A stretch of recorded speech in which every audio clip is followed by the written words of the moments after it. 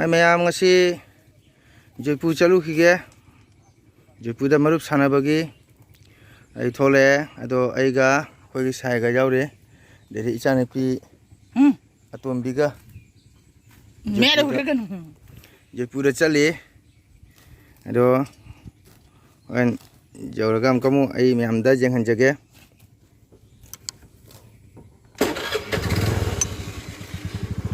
ado jijum de thole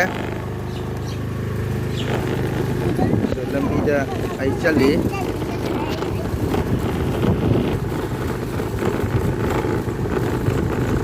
ado je khangbra lambi da chali ya hujik ado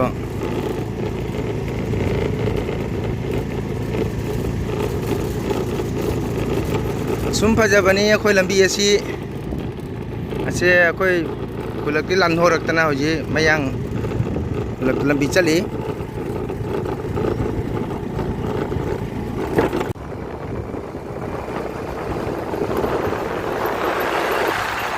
akhoi Jaipur thole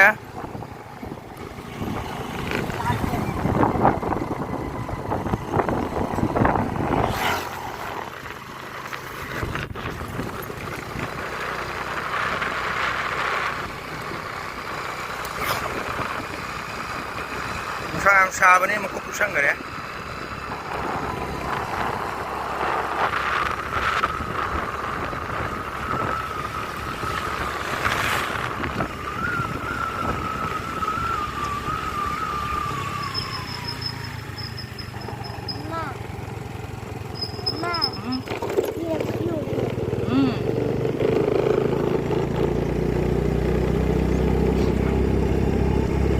Asyik Jaipur lambi lantok na Hindustani lambi kamangga asyik lambi kamangga jauh godom ni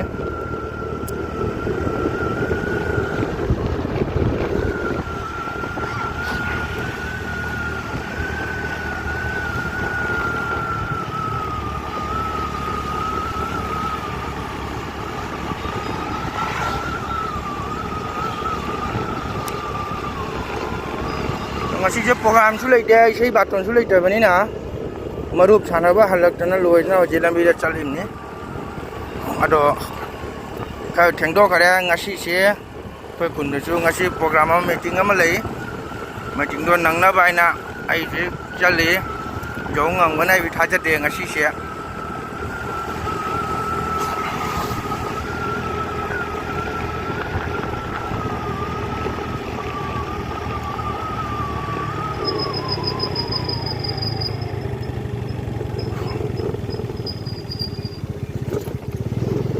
kamangga lo jauh dah Hanuman Mandir ni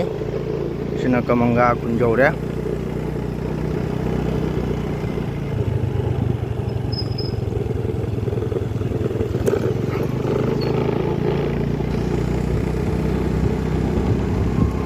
nahan lagi nong cuba ngasi nungsa khangcha sadore ngasi de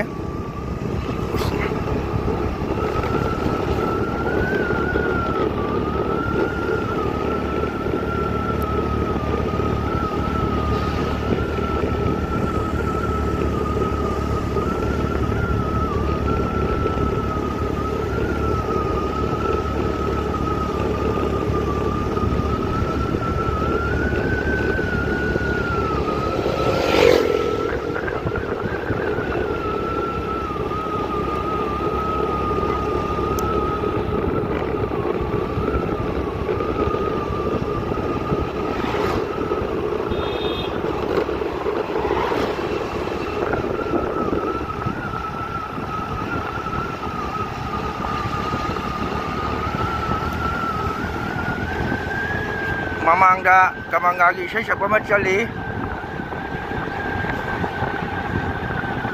Sam Kumar sei sakwa kai chalum no akhoi kamangga ta dai sei sakwa ni kai chalui ba Soirat oh kampung ke nipa do gida nipa ma si bu ge mera kai ta dai sei chaluri mi che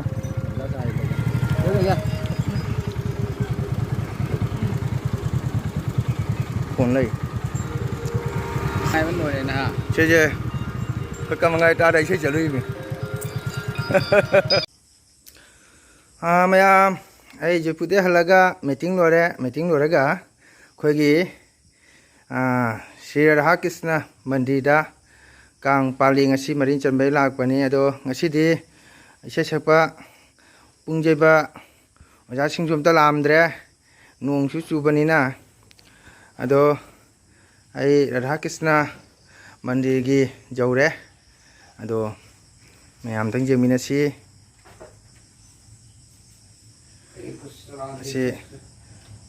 khoi khun gi Radha Krishna Hari Mandir si jaga bandhu si Govinda Krishna le Radha le Gram Maha Gopal Deva le ado si jaga tang thiang do khare lak pada ado pude halaga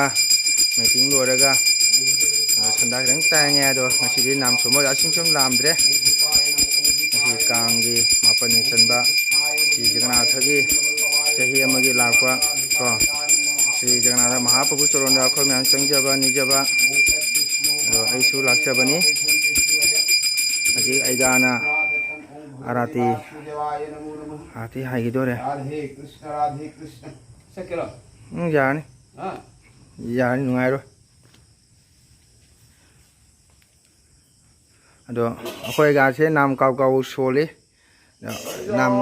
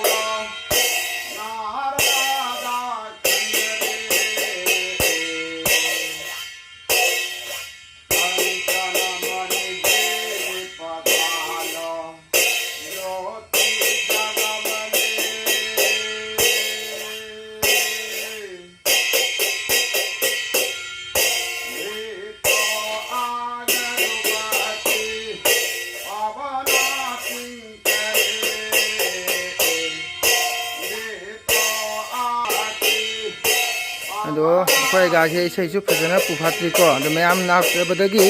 ai ga na sei se art se kau kau bo sakpani ado nungi nuai te handaga se Manipur gi thoiba irang asina kasada su kang chingdre ko kang chingda bida summa magi laisang mandida sum tohom thopa ko isoge tholam pangko palon tongnari ado khangge hoje kasar pham punu su kanggi road jatra haibatu tongdre ado ho mama ki wakhan amon dadi aina wakhan daina pamjabadi handaki chahi amadaina mada lakpa kang se ko kingham thokrai na khali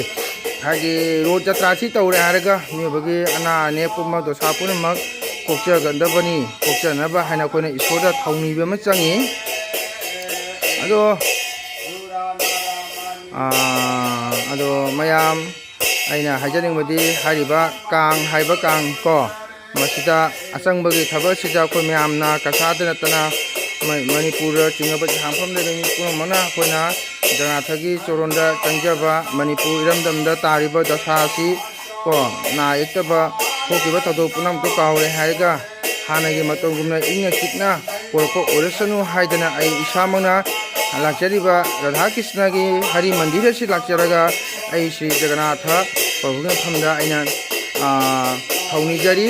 ꯑꯩꯅ ꯈꯣꯏꯔꯝꯖꯔꯤ ꯅꯥꯗꯕ ꯌꯦꯛꯇꯕ ꯑꯣꯏꯁꯅꯨ ꯃꯅꯤꯄꯨꯔ ꯁꯅꯥꯂꯩꯕꯥꯛꯇ ꯇꯥꯔꯤꯕ ꯗꯁꯥ ꯑꯁꯤ ꯀꯣꯛꯄ ꯑꯣꯏꯕꯤꯔꯁꯅꯨ శ్రీ శ్రీ ꯖꯒꯟꯅꯥꯊ ꯄ꯭ꯔꯚꯨꯅ ꯊꯧꯖꯥꯟꯕꯤꯗꯅ ꯏꯪꯅ ꯆꯤꯛꯅ ꯂꯩꯕ ꯃꯔꯥꯛꯇ ꯂꯩꯕ ꯑꯣꯏꯔꯁꯅꯨ ꯃꯌꯥꯝꯗ ꯑꯩꯅ ꯍꯟꯅ ꯅꯣꯛꯆꯔꯤ ꯂꯣꯏꯅꯅ ꯑꯩꯒꯤ ꯆꯦꯅꯦꯜ ꯑꯁꯤ ꯃꯌꯥꯝꯅ ꯃꯤꯠꯌꯦꯡ ꯇꯥꯕꯤꯌꯨ